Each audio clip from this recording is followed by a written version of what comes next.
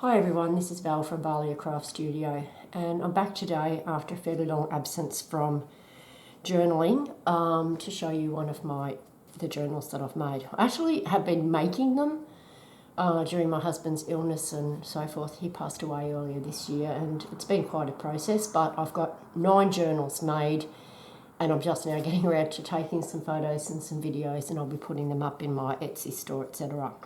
So this one is called Vintage Homemaker, and it actually uses my own kit, Vintage Homemakers, which is also available at Etsy. I'll put the link to it down below just in case anybody fancies having a go with this one.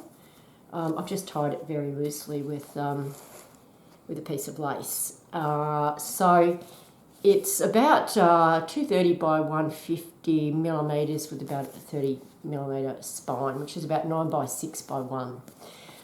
It's got a fabric cover with the images over top and a bit of a lace embellishment there. Alright, let's do a quick flick through. There's a lot of pockets and tuck spots in this one. I've tried to make some interesting stuff with these little cards I made. That one's beefsteak pudding. So just some vintage recipes, but there's also some of their home remedies and soaps and things, which some of them are quite amusing. So these are the pages from the kit. A note there from the bookmaker. That's actually my grandparents there in that one.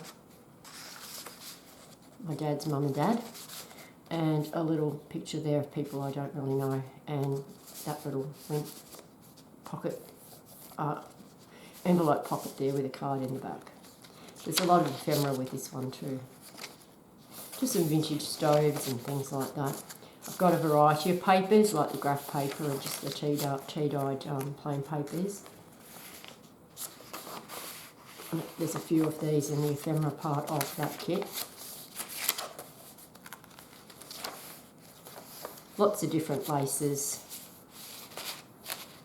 vintage photos and cards and things.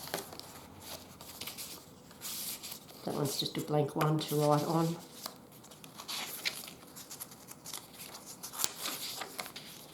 I actually create these. It's not real dictionary page. I just create those. I don't know they're in the kit, but yeah, I like to add those. In the kit, in the ephemera part, there are these tags and also the triangular pockets. And here I just made a page of stickers with various dates and things on it, and I've stuck them on pages here and there, which I like. I think it looks good. There's a lot of vintage sewing things because I think that was a big part of what the ladies had to do back in the day as their homemaker. It wasn't as simple as race out off to the shop and buy some clothing for the kids or yourself even. And the little recipe card here is for pea soup. A photo page there of the old camera and a couple of pictures in that on the digital. Washing by hand the old way and the old iron. It's very interesting to collect some of these. My mother had some of these. I know my granny certainly did. Back in the day where it was really, really labour intensive to keep house.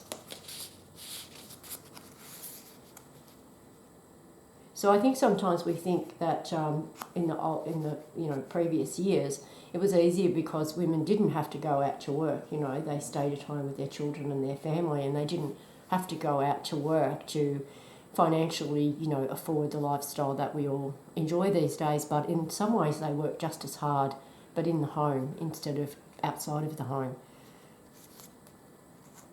I remember these old washing machines, sadly. When I was quite young, my mother still used one of those. And this actually, speaking of my mum, this is her here. Now, this is a photo taken back in about 1955, I would think. And in this photo, my mum is standing outside the tin shed they lived in at the time, and she's got 2 of the 5 children she had at that stage with her. She went on to have another 4 kids, but they did move into better housing by the time the rest of them came along. I'm in the middle of these 2 actually, so I'm not in the picture. Hopefully I was inside having a nap and not, shoved under the table somewhere. But so This is my brother who's 13 months older than me and my sister who's 13 months younger, and I'm in the middle of them. So it was a bit tough, life could be tough back in the day.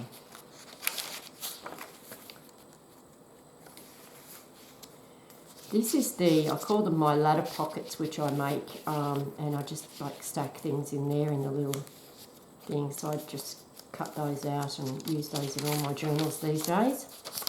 Here I've just used some music paper with a bit of embellishment on it there to create a little side tuck and some more photos. And that's my other grandparents. So that's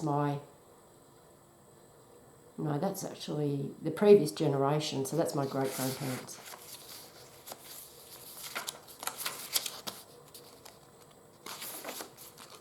I loved working with this kit. I loved making the kit. I loved the designing of it.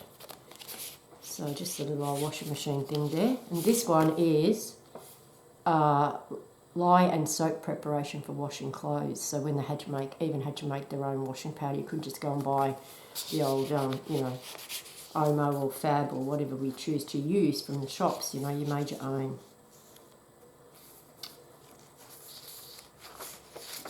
Lots of writing spaces, but also lots of tuck spots and different bits and pieces. There's nothing there, it's just a bit of a fold out.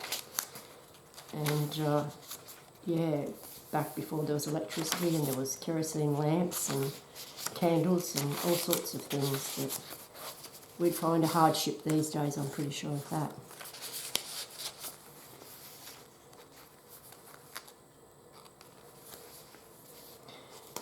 So another one of the window face envelopes turned into a pocket with a tuck spot behind. A couple of things there. We've got a couple more cards here. This is for making your own bread, and that's just a French vegetable soup. So I think recipes were, back in the day they probably had their old recipe book and all that kind of stuff. I don't know about you, but now if I want a recipe, I don't even go to the books, I just Google it. And you get half a dozen, variations, and you can just pick which one you want. Life has its challenges even now, but the different challenges from what the ones that they had back then.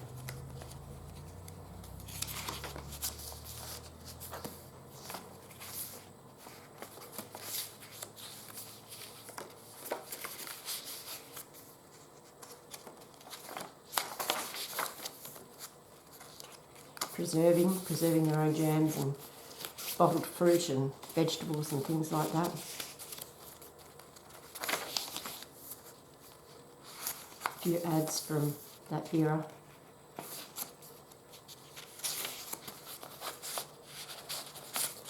Oh, that's a little envelope. Just got a little card in there.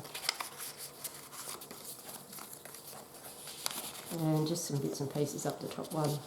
A little heart, a couple of little ad things.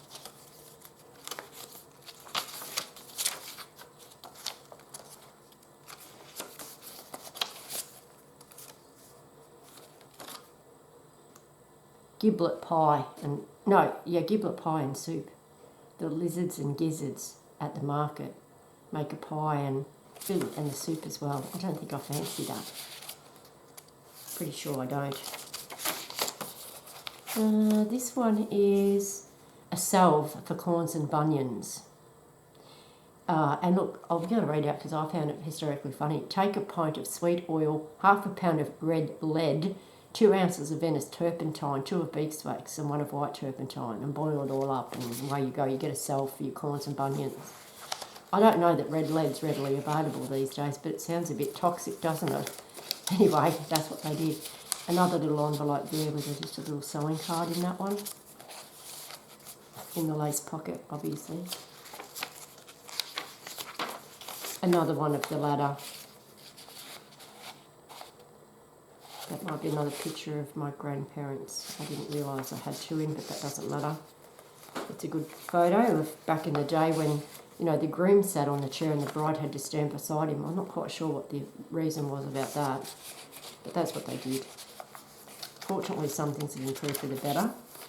And here we go. We've got a couple of little tucks in that corner one at the back. Now, I thought I had a flip here, and I didn't find it going through, so perhaps there isn't one. Most of my journals have a flip now. So I might have overlooked it.